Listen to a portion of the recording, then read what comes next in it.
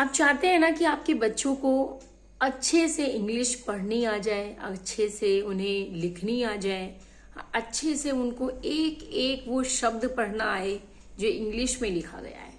कितनी बड़ी बात हो जाती है पेरेंट्स के लिए जब उनके बच्चे इंग्लिश में बुक भी नहीं पढ़ पा रहे होते। पर मैं आपको बता दूं कि ये चीज़ रातों रात नहीं आती। इसकी एक प्रोसेस है जिसमें पेरेंट्स को पूरी पूरी मदद देनी होगी बच्चों को, तभी आएगी। ये एक लैंग्वेज ही तो है जिसे आपको पढ़ना है। जैसे हिंदी पढ़ने के लिए आपने क ख ग पढ़ी, इंग्लिश पढ़ने के लिए आप ABCD पढ़ रहे हैं। अब कैसे इंग्लिश के वर्ड्स को, वो इंग्लिश में लिखे गए ABCD के लेटर्स को आप जोड़कर रिकॉग्नाइज कर पाए कि एग्जैक्टली इसका क्या साउंड है, इसे क्या पढ़ेंगे। उसके लिए आपको एक एक अल्फाबेट का साउंड पता होना चाहिए, जिसे कहते हैं फोनिक साउंड। और वो फोनिक साउंड पढ़ने के बाद हर एक लेटर की क्या आवाज है हमें पता होती है। जैसे A में से आवाज आती है ए, H में से आवाज आती है ह। इस तरह से हर एक अल्फाबेट का साउंड पता चलने के बाद हम उन साउंड को आपस में अटैच करके जोड़कर पढ़ना स्टार्ट करते हैं। जैसे सबसे पहले हम ए को कैसे जोड़ेंगे ये सीखते हैं, जिसे कहेंगे हम ए साउंड, जिसमें CAT कैट, BAT बैट, इस तरह से आ जाएंगे। उसके बाद आई का साउंड है ई, तो PIN, पी है, IE और N है न, पिन।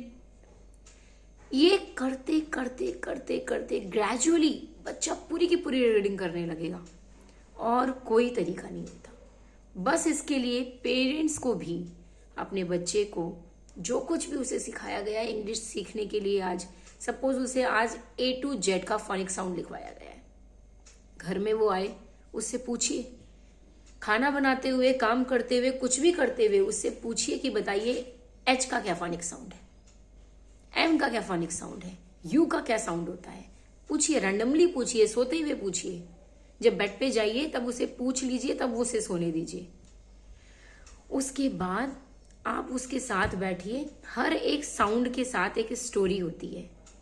जो आपको साउंड सिखाएगा, जो आपको सिखा रहा है, वो स्टोरी भी डेली देगा। जैसे आज ए साउंड की एक स्टोरी है, उस स्टोरी को रीड करवाने की कोशिश करिए। उसको रीड करने के लिए 2 ही 3 चीजें आनी चाहिए। पहली बात, वो ए साउंड का तो साउंड आपको पता ही है कि ए होता है, साथ ही में वो ए जिन भी अल्फाबेट के साथ जुड़ा हुआ है, सपोज वो P और T के बीच में है, पैट। अब P का भी साउंड पता होना चाहिए ना कि प है, T का भी पता होना चाहिए कि ट है। तो सबसे पहले तो A to Z हमें पता ही होना चाहिए कि पूरे A to Z का क्या आवाज है। अब उसको आज A के साथ स्टोरी बनाकर हमने रीड किया, 1 पेज की एक स्टोरी रीड कर डाली, हमें पता चल गया ए को कैसे जोड़ना है, और बाकी के साउंड तो हमें पता ही है। अगले दिन हमने आई को जोड़ा, उसके अगले दिन हमने ओ को जोड़ा, उसके अगले दिन हमने यू को जोड़ा, और ऐसे ऐसे हम साउंड्स को ऐड करते करते ये सीख जाएंगे कि हमें मिलाकर पढ़ना कैसे है। इसके बाद कुछ साइड वर्ड्स को आपको सिखाया जाएगा, जैसे कि साथ में आने वाले जो भी वर्ड्स हैं, द, इन, राइट, इस तरह के वर्ड्स जो साथ में आते ही हैं हर एक इंग्लिश में लिखे हुए शब्दों के आगे पीछे, और अब, कहाँ, है ना, कुछ ऐसे साइड वर्ड्स हैं जो आपको मिलते ही हैं। तो इन सभी साइड वर्ड्स को भी जब आपको सिखाया गया है तो उसको बच्चा घर में रिवाइज करे, सुनाए पढ़कर। अगर आप इतना कंटिन्यू मेरे साथ 15 डेज कर लें, जो कुछ भी मैं कराऊं उसे वो घर में जाकर पढ़े, उसे रिवाइज करे, पेरेंट्स भी उसका साथ दें। 1 घंटा उसके साथ इंग्लिश की रीडिंग कराएं, 1 घंटा बस। उसको आपको समय देना पड़ेगा। अगर आप चाहते हैं ना कि आपके बच्चे को टाइम से आ जाए तो आपको 1 घंटा देना पड़ेगा। इसका और कोई इलाज नहीं है। सिखाने वाला सिखाकर 1 घंटा टाइम देकर भेज रहा है, अब 1 घंटा आप दीजिए और 15 डेज का चैलेंज लीजिए कि मुझे 15 डेज में अपने बच्चे की रीडिंग अच्छी करा देनी है। और मैं 100% गारंटी से कहती हूँ कि वो कर भी लेगा, बस आपको ऐसा करना होगा। Thank you.